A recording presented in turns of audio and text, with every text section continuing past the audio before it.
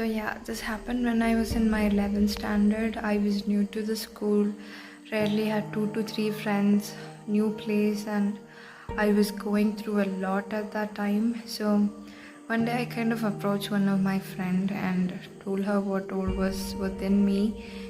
And the first thing she told me was, "I'm so sick of you." That was the first thing she had to tell me after I said all this. So that's something I still can't, process. One thing is because of my body weight. A lot of people have commented and made judgments. I don't want to specify, because there are really bad ones which I can't really say it out loud. Mainly on my body weight, and also when I was young, people used to make fun of my color. I'm tan, so people used to make fun of that. So yeah. They termed me a slut because I decided to date 2 guys in my school.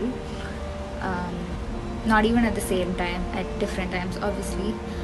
And for my choice of clothing, so they obviously didn't tell it to my face. They texted me that on an anonymous message by means of an anonymous message.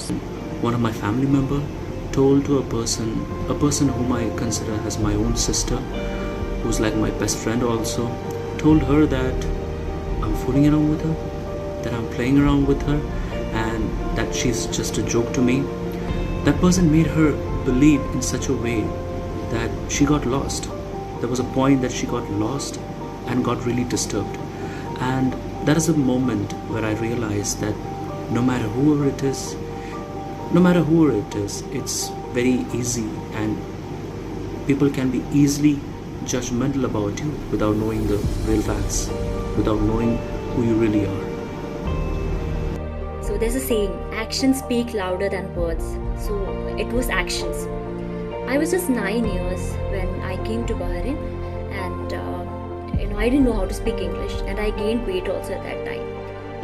I used to face kind of isolation, and people used to make fun of me. So at that time I felt very terrible. It would probably be my uncle's last words to me. He was actually suffering from liver cirrhosis, and we were visiting him around 2 summers back, I think, and he wasn't at home, so we were conversing with his family members, and he appeared as we were talking about him. So we told him, there's a saying, oh, you live 100 years when someone appears when you're talking about them. So we told him, oh, you live 100 years. And his next statement was, I don't even know if I would live 100 days more. And as fate would have it, he died 100 days after we met him. So, yeah, that's how life is. My plus 2 results came. As my results went really bad, there were people who constantly made me feel low again and again, saying that what would be my future. Where would I join? Where would I get admissions? And so blah blah blah blah blah. It was really painful. When the people around say you will even get pressure from their home.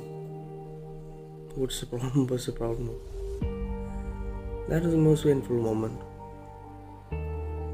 As a kid, the first thing I was told when I met someone was, why are you so thin? And maybe it was because of this reason that when I suddenly grew plump, the same people started asking me, gosh, you became so fat.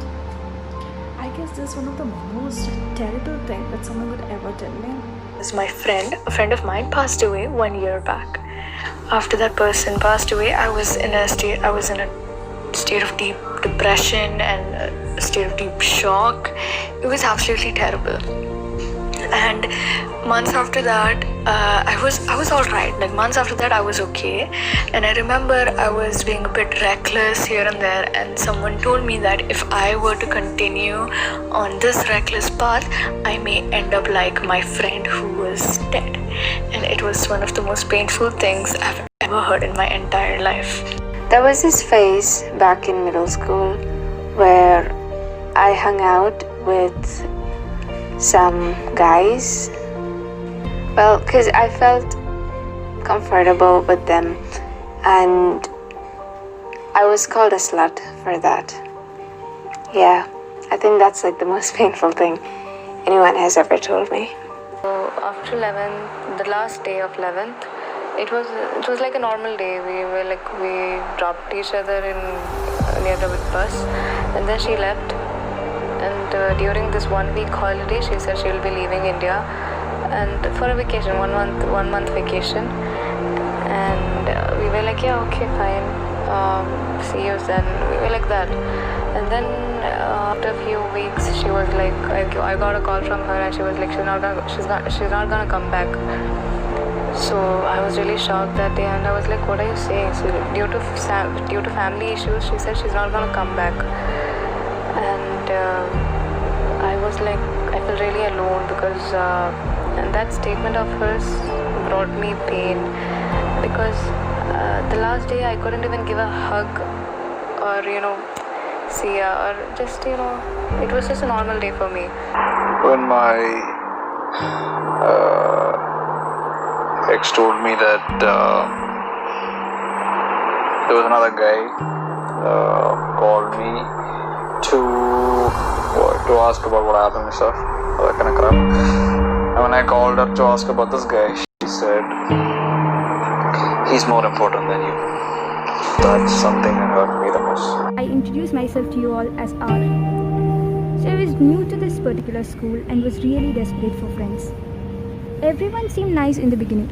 I mean, maybe they all are really nice, but there was this WhatsApp group with the whole of our batch as members, which is apparently created for discussions regarding an inter-school event. So yeah, there was this group of people, say W, X, Y and Z. So one fine day, W texts me.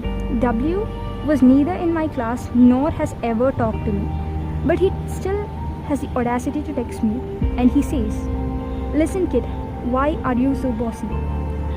Back then I was very sensitive and never exposed to open criticisms, so it hurt me. But then just when I thought everything was settling down, a clash occurred in the group, and most of the nerds and innocent ones left the group. I was sleeping while all this took place. So when I woke up, I saw W, X, Y and Z abusing me in the group. I was sad and I had no one to share all that with. I immediately left that group. It still scares me thinking of everything they must have said after I left the group. And the funny part, X had not even seen me till then, and maybe they thought it was all normal, and maybe they thought torturing others makes you look cool. But no, it's not. It is never cool to torture or abuse someone else.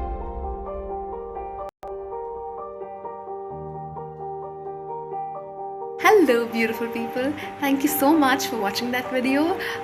If any of you want to speak to me, as I always say, you're absolutely welcome, and you can text me on Instagram, Twitter or Facebook. Thank you so much.